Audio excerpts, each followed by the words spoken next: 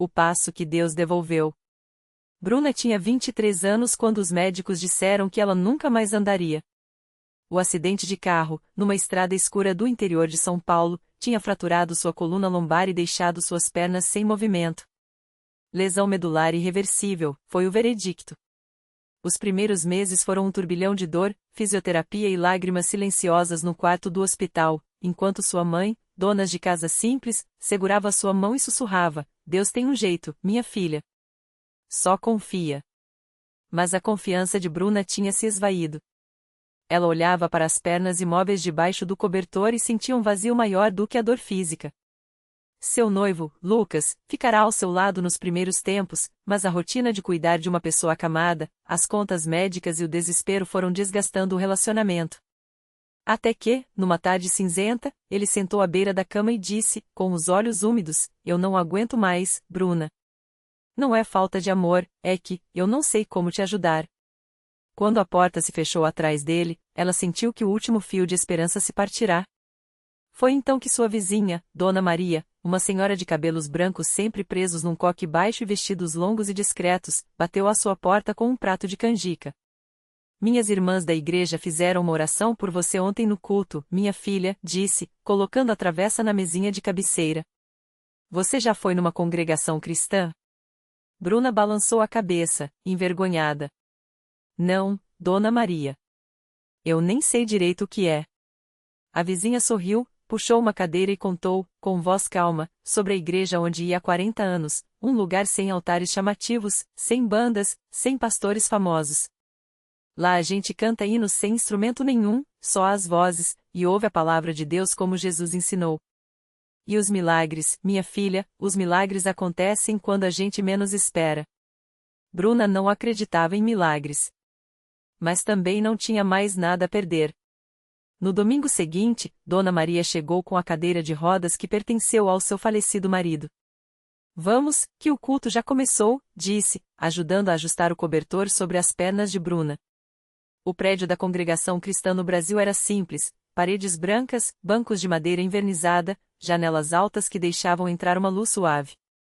Não havia cruzes douradas nem telões. Só um pequeno púlpito de madeira e, atrás dele, o ancião João, um homem de rosto sereno e barba grisalha, vestindo terno escuro e gravata discreta. Os irmãos e irmãs estavam de pé, cantando o hino a Jesus, amigo fiel à capela. As vozes, embora não afinadíssimas, tinham uma unção que arrepiou Bruna. Ela nunca tinha ouvido algo tão puro.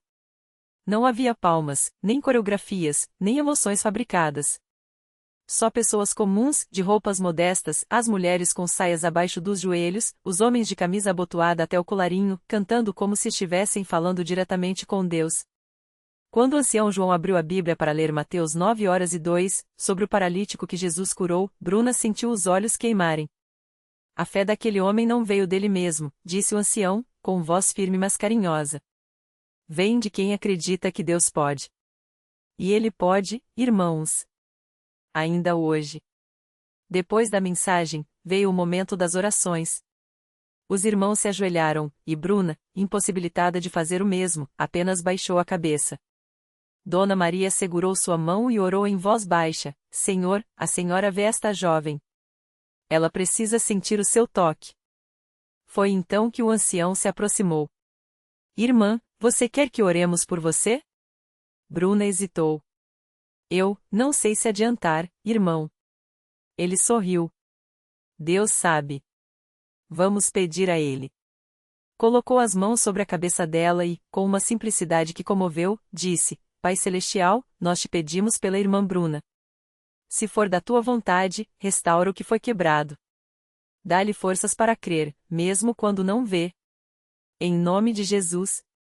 Os amém dos irmãos ecoaram pelo salão, e Bruna sentiu algo estranho, uma paz que não vinha dela. As semanas passaram, e Bruna começou a ir aos cultos com mais frequência. Não porque suas pernas tivessem melhorado, elas continuavam inertes, mas porque ali, entre aquelas pessoas humildes, ela se sentia menos sozinha. Aprendeu os hinos de cor, especialmente a Deus Conosco Está, que cantava com os olhos fechados, como se cada palavra fosse um abraço. Um domingo, depois da Santa Ceia, quando os irmãos, em silêncio reverente, partilhavam o pão e o suco de uva em memória de Cristo, o ancião anunciou que haveria um batismo nas águas na semana seguinte. Quem deseja se batizar, que se apresente, disse.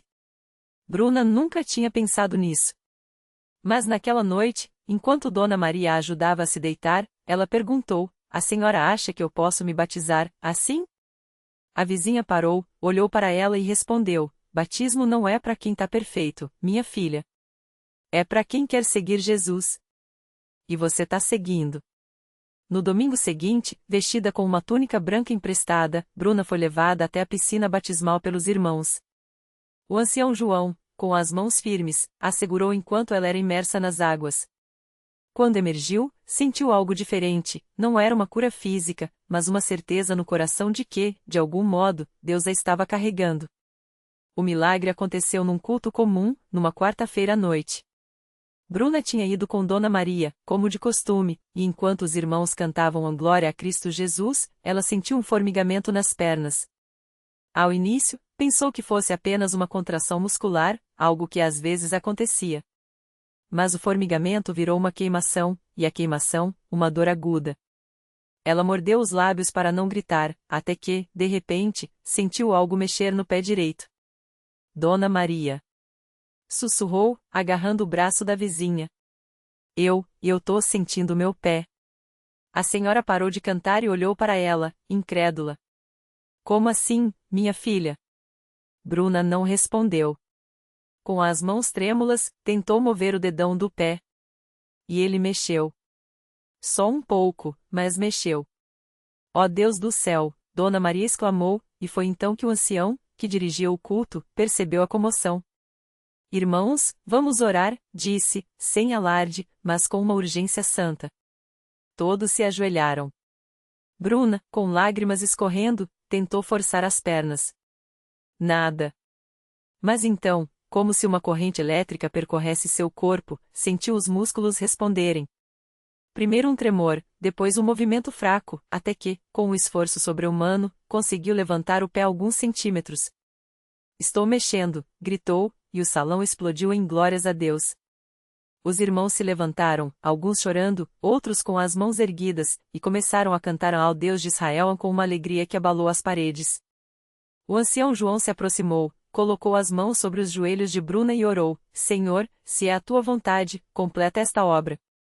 E então, diante de todos, Bruna segurou as grades da cadeira de rodas, empurrou o corpo para frente, deu um passo. Trêmulo, instável, mas um passo. Depois outro. E outro. Até que, apoiada em Dona Maria e em duas irmãs, ela caminhou até o centro do salão, onde caiu de joelhos não por fraqueza, mas por adorar.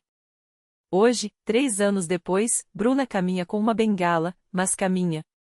Os médicos chamam de a recuperação espontânea incomum. Ela chama de milagre. Todo domingo, ela está na congregação cristã, agora não mais na cadeira de rodas, mas de pé, cantando os hinos com a mesma fé que a sustenta. Lucas voltou, arrependido, e hoje eles são casados, servindo juntos na igreja. Mas o maior milagre, Bruna diz, não foram as pernas. Aprendi que Deus não tira o sofrimento só porque a gente pede, conta ela, segurando a Bíblia que ganhou no dia do batismo. Às vezes, Ele nos carrega no sofrimento para a gente aprender a confiar. Na CCB, ninguém prometeu cura. Ninguém fez show. Só oraram. E Deus ouviu. Não porque eu merecia, mas porque Ele é bom. E quando perguntam como ela conseguiu crer tanto, Bruna sorri e responde: não foi eu. Foi Ele que me deu a fé.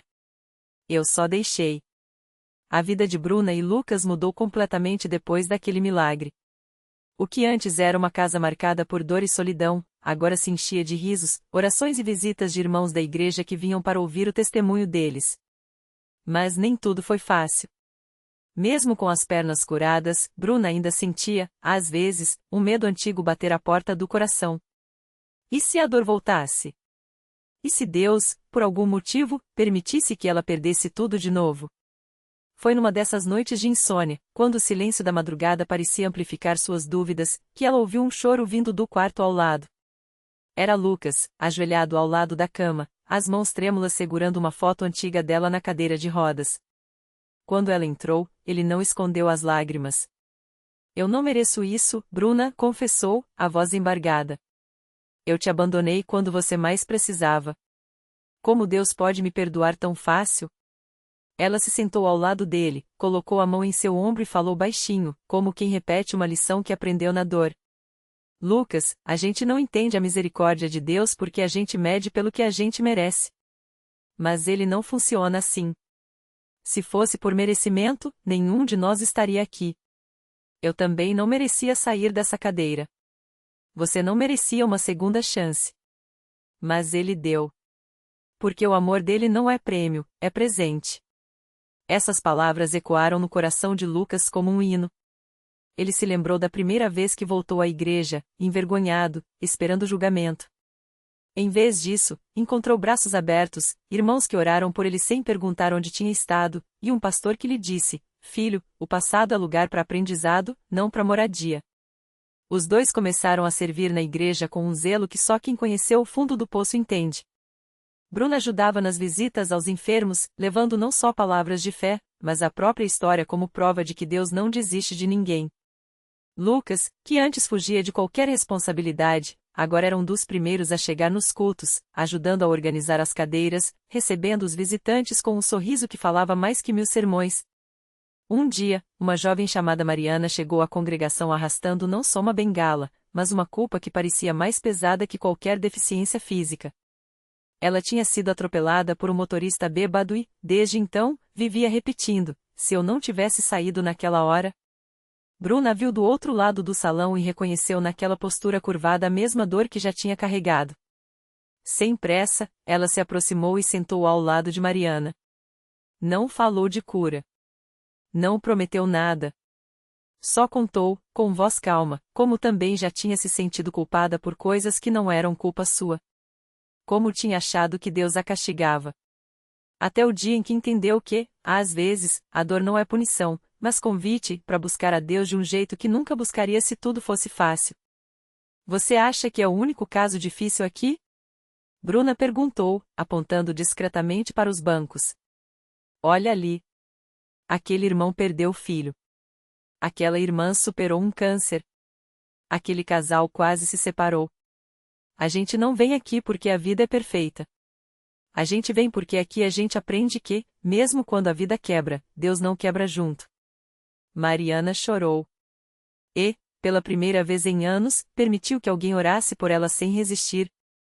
Meses depois, Mariana estava de pé, sem a bengala, mas isso nem foi o mais impressionante. O que mudou mesmo foi o brilho nos olhos dela. Como se, de repente, tivesse descoberto que a fé não era sobre ter todas as respostas, mas sobre confiar em quem as tem. Hoje, quando alguém pergunta a Bruna como ela consegue ter tanta certeza de Deus, ela responde com um sorriso. Não é que eu nunca duvide. É que, quando a dúvida vem, eu lembro de como ele me tirou do chão quando eu não tinha forças nem para me levantar. Aí eu sei, se ele fez isso, pode fazer de novo. Não porque eu seja forte, mas porque ele é fiel. E assim, entre hinos, lágrimas e sorrisos, a história deles continua. Não como um conto de fadas onde nada dá errado, mas como um testemunho vivo de que, mesmo quando tudo parece perdido, Deus está lá não só para curar as pernas, mas para sarar a alma. E que, às vezes, o maior milagre não é o que a gente ganha, mas o que a gente se torna no processo. Bruna e Marcos não imaginavam que aquele seria só o começo. Depois do milagre nas pernas dela, eles achavam que a vida seguiria tranquila, como se Deus tivesse resolvido tudo de uma vez. Mas a fé não é assim, é um caminho, não um destino. E o Senhor, em sua sabedoria, estava apenas preparando o terreno para algo ainda maior. 1 ano depois da cura, Marcos perdeu o emprego. A empresa onde trabalhava há 10 anos fechou as portas de repente, e de um dia para o outro, eles se viram com contas para pagar, um aluguel atrasado e a sensação de que o chão tinha sumido debaixo dos pés novamente. Desta vez, não era uma doença física, mas o medo, aquele que aperta o peito e sussurra: e agora, Deus? Bruna se lembra da noite em que Marcos sentou na cama com a cabeça nas mãos, os ombros tremendo. Ela não teve palavras bonitas nem soluções mágicas. Só se ajoelhou ao lado dele, pegou sua mão e começou a orar em línguas, como tinha aprendido na Universal. Não eram palavras intelectuais, eram gemidos do espírito, como se o próprio coração estivesse falando com Deus quando a mente não sabia mais o que dizer. Naquela mesma semana, durante o culto de quarta-feira, o pastor fez um chamado: tem alguém aqui que está sendo provado na área financeira? Deus vai abrir uma porta que nenhum homem pode fechar. Marcos, que tinha ido ao templo mais por obrigação do que por fé naquele dia, sentiu algo estalar dentro dele. Não foi um raio, não foi um trovão, foi uma certeza quieta, como quando você acorda de um sonho e sabe que era real. Ele levantou a mão, tremendo, e foi para a frente. 3 dias depois, um antigo colega de trabalho, que nem sabia da situação deles, ligou do nada: Marcos, lembra que a gente falava em montar aquele negócio juntos? Pois é, eu consegui um ponto comercial, e se você topa, a gente começa a semana que vem.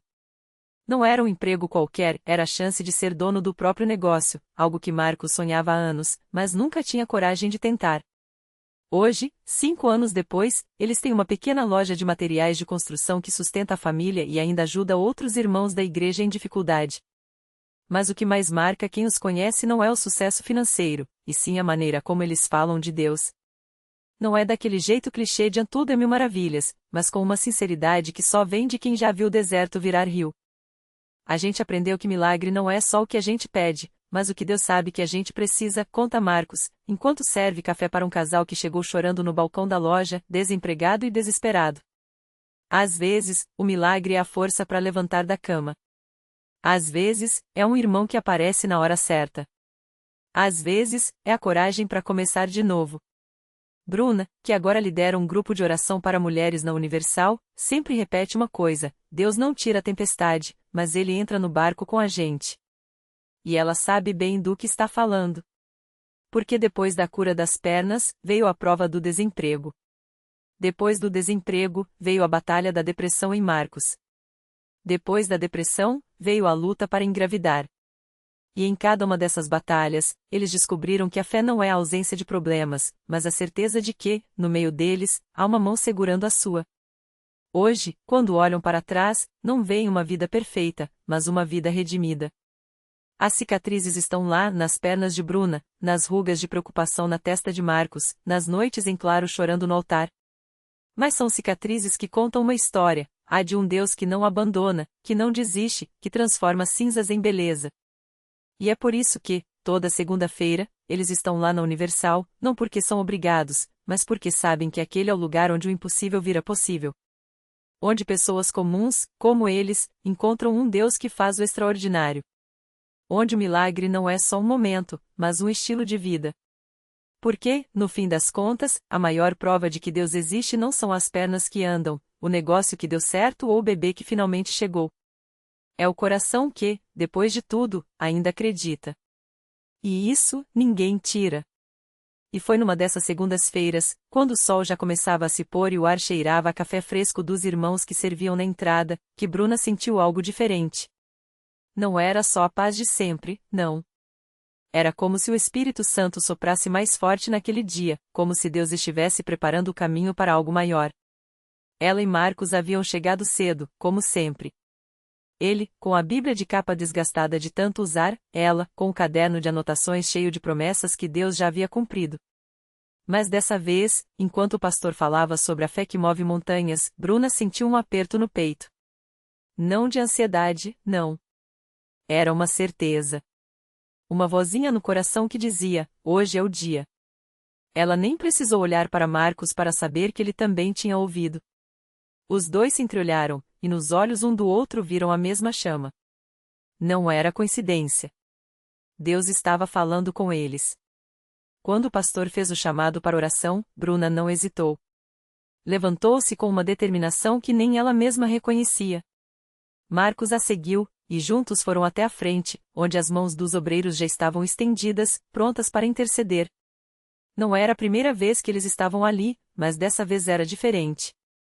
Dessa vez, eles sabiam que algo estava prestes a mudar. O obreiro colocou as mãos na cabeça de Bruna e começou a orar com uma autoridade que só vem de quem já viu Deus agir. Senhor, o Senhor conhece o coração deles. O Senhor sabe das noites de choro, das contas que faltaram, das portas que se fecharam. Mas hoje, Deus, o Senhor vai abrir o que nenhum homem pode fechar. E então, como um raio, veio a palavra.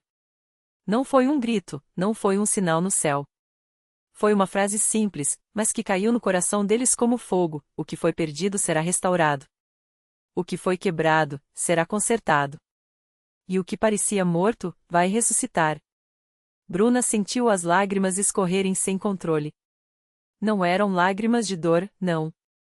Eram de alívio, de gratidão, de uma fé que finalmente encontrava a resposta. Marcos, ao lado dela, apertava sua mão com força, como se dissesse: eu também ouvi. Eu também acredito. Eles saíram dali com o coração leve, como se tivessem deixado naquele altar não só suas preocupações, mas também as amarras de um passado que já não os definia mais. Nos dias que seguiram, coisas começaram a acontecer. Pequenas, mas significativas. Uma ligação de um antigo cliente de Marcos, oferecendo um trabalho que parecia impossível meses atrás.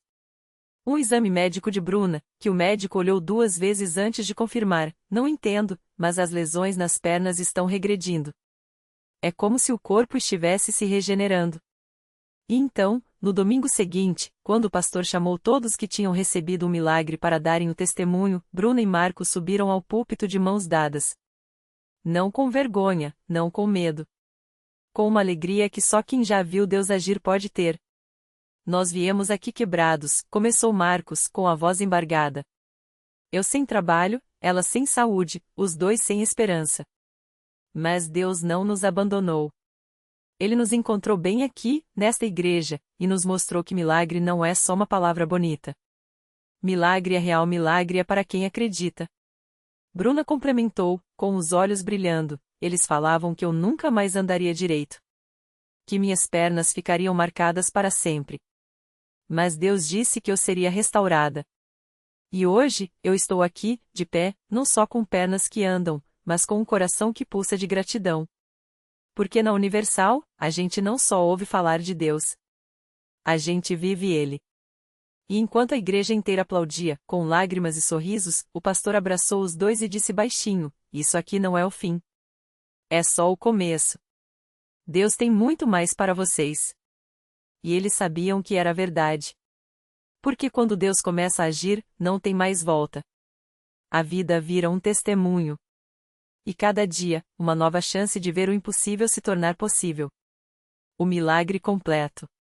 As semanas passaram, e o que antes era uma promessa tornou-se uma realidade visível. Bruna não só andava sem dor, como suas pernas, outrora marcadas por cicatrizes profundas, agora exibiam uma pele renovada, como se o tempo tivesse voltado atrás. Médicos, incrédulos, pediam exames, revisavam laudos, mas a ciência não encontrava explicação. Isso não é normal, diziam. Ela sorria: não é normal. É sobrenatural. Carlos, seu marido, que antes carregava o peso do desespero, agora carregava algo muito mais leve: a certeza. Ele havia visto a mão de Deus não só na cura de Bruna, mas na transformação do próprio coração. O homem que duvidava agora orava em voz alta, sem vergonha, porque tinha provado que a fé não é para os fracos, mas para os que ousam confiar quando tudo diz a não. Naquela noite, sob o céu estrelado, os dois voltaram à praia onde tudo havia começado, o lugar do acidente que quase tirou tudo. Bruna tirou os sapatos e correu pela areia, rindo como uma criança. Carlos a seguiu, e juntos, onde antes havia dor, agora havia dança. Deus não só sarou minhas pernas, ela sussurrou, Ele sarou nosso casamento, nossa esperança, nosso futuro. A reflexão que fica. Milagres não são apenas curas físicas. São restaurações de alma, recomeços onde o mundo viu um ponto final. Deus não muda as circunstâncias só para nos impressionar, mas para nos transformar. Bruna e Carlos aprenderam que a fé não é a ausência de medos, mas a coragem de caminhar mesmo com eles.